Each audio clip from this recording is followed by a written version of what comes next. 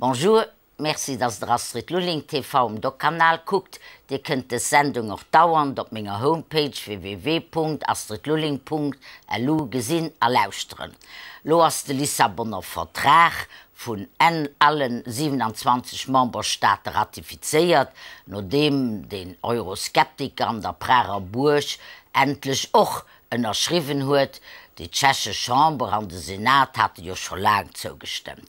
Die Freude darüber ist groß, dass wir einen neuen Vertrag haben, der besonders Stoffstimmungsmechanismen am Ministerrat mir einfach möchte. Es gibt eine Doppelmajorität, 55% von den Memberstaaten, die mindestens 65% von der Bevölkerung repräsentieren müssen.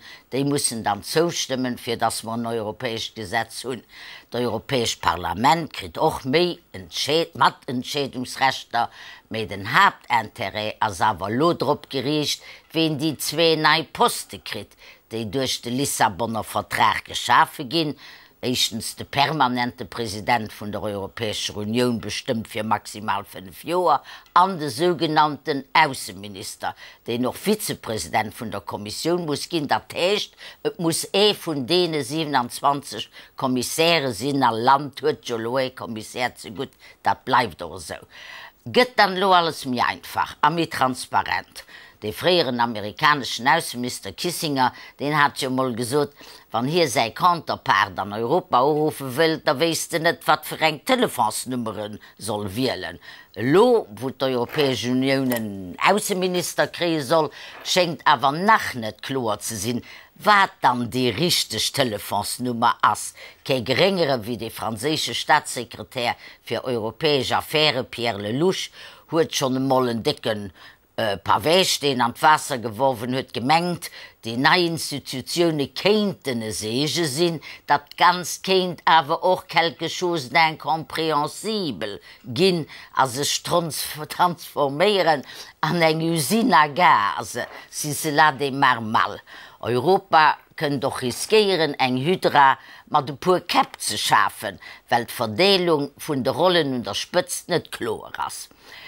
Wie geht der starke Mann, der permanente Präsident von der Union, wo ja auch Reisepremier Jean-Claude Juncker als möglicher Kandidat am Gespräch ist, geht den Außenminister, wobei ihn aber auch der Kommissionspräsident Barroso nicht vergessen.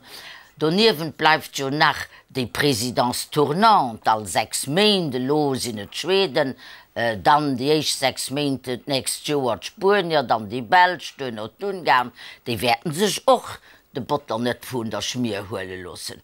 Daneben wissen wir noch nicht, wie ein paar die Länder als Kommissär vorschlagen. Wir haben eins zu Lützeburg gemacht, wir haben eine Kandidatin, Viviane Reding, und darüber freut sich der Präsident Barroso, der fährt, es gäbe nicht genug Frauen proposiert. Angesichts von diesem Puzzle bin ich froh, dass mein deutscher Kollege Elmar Brok von der CDU als den heimlichen Außenminister, nicht unheimlichen, den heimlichen Außenminister an den Medien genannt wird, bei mir am Studio ist, für ein bisschen Lucht an diese Kuddelmuddel zu bringen.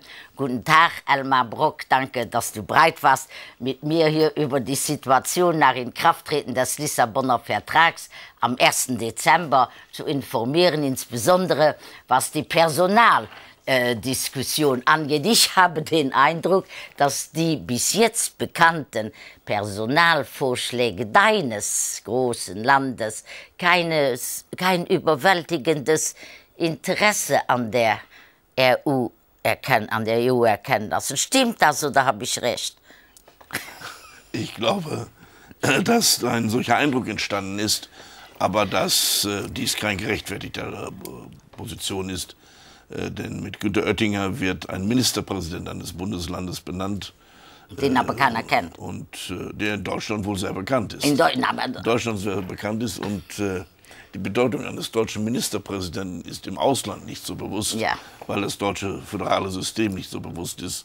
Und daran mag das liegen. Aber er wird, kommend aus einem sehr industriellen, fortschrittlichen Bundesland, glaube ich, seine Rolle hier sehr schnell finden.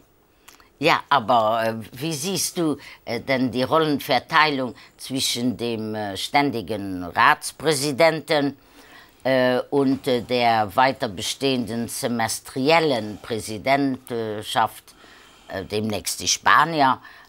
Ich habe gelesen, du hättest dich geäußert, dass der ständige Präsident sich der Grenzen seiner Funktion bewusst sein müsste. Sollte er doch eher ein Groß-August werden? Nein, er sollte schon Kohärenz und Kontinuität in die Arbeit des Europäischen Rates, der Staats- und Regierungschefs hineinbringen, die eine lenkende, strategische Funktion haben.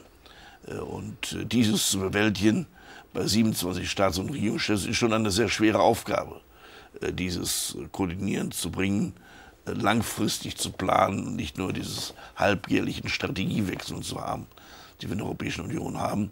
Aber er hat damit keinen Einfluss auf die Gesetzgebungsräte.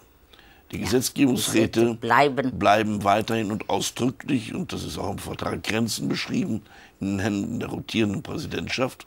Der Außenministerrat wird von einem neuen Außenminister, hohen Beauftragten, Vizepräsident der Kommission geführt werden.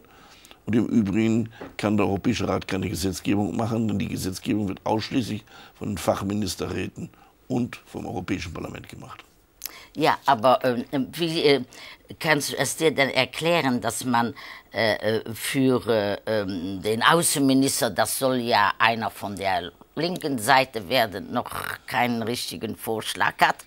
Und wie kannst du es erklären, dass man vor allem, naja, wie soll ich das diplomatisch ausdrücken, nicht sehr bekannte Persönlichkeiten für die permanente Ratspräsidentschaft bisher handelt? Nun, es zeigt, dass die Sozialisten heute in Europa wirklich in einer Krise sind und Schwierigkeiten haben, gutes Personal zu bieten.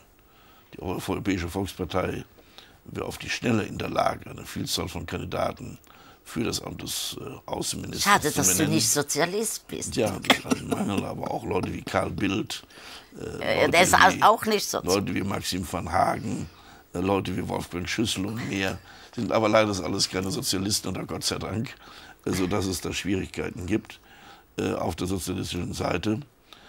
Beim Europäischen Wollen wir denn wirklich einen Kommunisten haben, diesen Italiener, ja, einen früheren Kommunisten? Ja, aber in Italien ist alles anders als sonst wo und ja.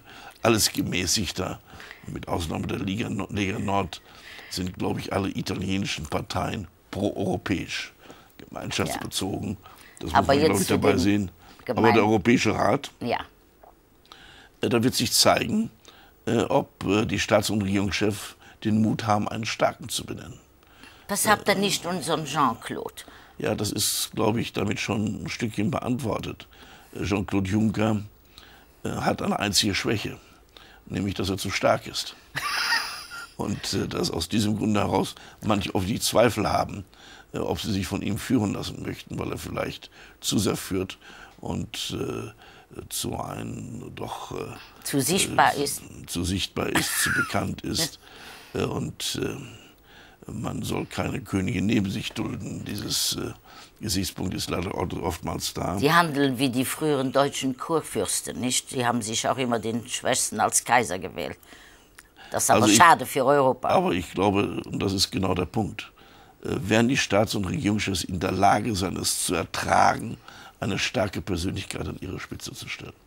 Wenn das der Fall wäre, würden ruckartig die Chancen von Jean-Claude Juncker steigen. Hier im Europäischen Parlament hätte er eine übergroße Unterstützung. Ja, wird ja jetzt auch gesagt, wir haben ja darüber nichts zu sagen, nicht? Aber jetzt sind schon verschiedene dabei zu sagen, wir müssten auch den Kandidaten für diese ständige Präsidentschaft anhören. Wir müssen ja die Kommissionsmitglieder anhören. Das halte ich für falsch, denn dies ist ja nur eine Ratsposition. Der Präsident ist nicht richtig. Und damit haben wir nichts zu tun. Kontrollieren müssen wir den Außenminister, müssen wir die Kommission. Ja. Da müssen wir die Entscheidungsmöglichkeiten haben. Sonst würde der Rat ja auch sagen, Sie wollten beim Präsidenten des Europäischen Parlaments mitreden.